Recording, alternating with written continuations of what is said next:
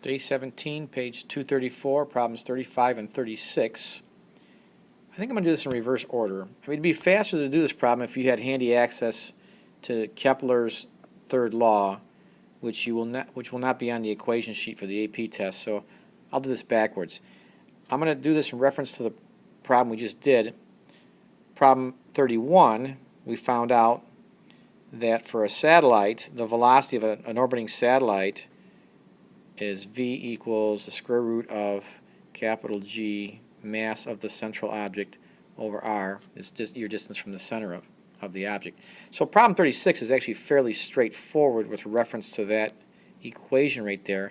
And remember, we got that equation from setting f sub g equal to f sub c. In other words, g m sub 1 m sub 2 over r squared equals mv squared over r. Simplify that for v, and that's what you get. All right, so in problem 36, if you double the radial orbit, the velocity goes down, independent of the mass of the object. The mass of the central orbit planet, it hasn't changed. So when r goes up, v goes down, but v goes down by a factor of 1 over the square root of the multiplier of the radius. So bottom line is, if v sub 1 is just v, v sub 2 in this case is going to be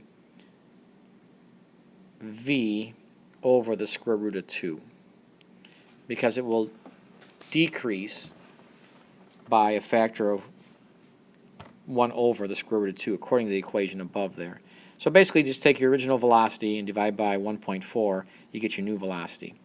Now 35, there's a couple of ways we can approach this. Like I said, the fast way to do that would be to use Kepler's third law, which is something like t squared equals gm over 4 pi squared r cubed.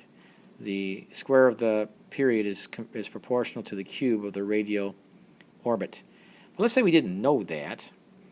I think we can do this by looking at just simply the equation v equals d over t generically. In circular orbit, like I've done before, the distance is 2 pi r, the circumference of the orbit, divided by the period t. So in other words, t, the period, is 2 pi r over v. So if we call that t sub 1 in the lower orbit, t sub 2, based on what we've seen just a minute ago in problem 36, t sub 2 will be some factor different than t sub 1. If you look at the numerator of this 2 pi r over v, r has doubled, so our factors, just looking at factors alone, in the numerator, this r has doubled, so I'm going to put a factor of 2 up there. I can ignore everything else. And downstairs, v was decreased by a factor of 1 over root 2. So if you put that all together, t sub 2 is going to be equal to 2 times root 2 times t sub 1. It's going to increase by that factor. And I believe that's consistent with Kepler's third law up here. If you look at that, basically, I'll bring it down over here.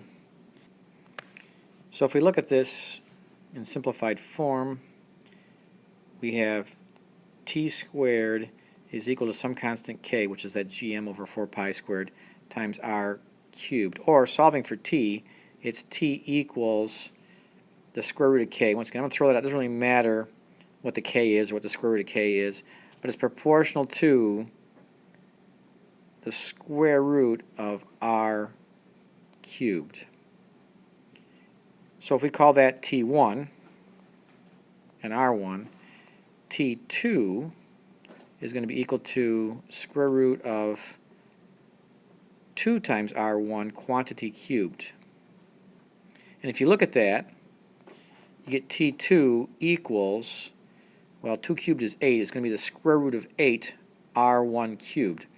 But what does the square root of 8 simplify to? Well, it simplifies to, since I'm out of space, I'll do this all in our head. So once again, in that parentheses there, you're going to have 2 cubed is 8. Simplifying the square root of 8, it'd be the square root of 4 times the square root of 2. That indeed is 2 root 2 times r sub 1, well, the square root of r sub 1 cubed.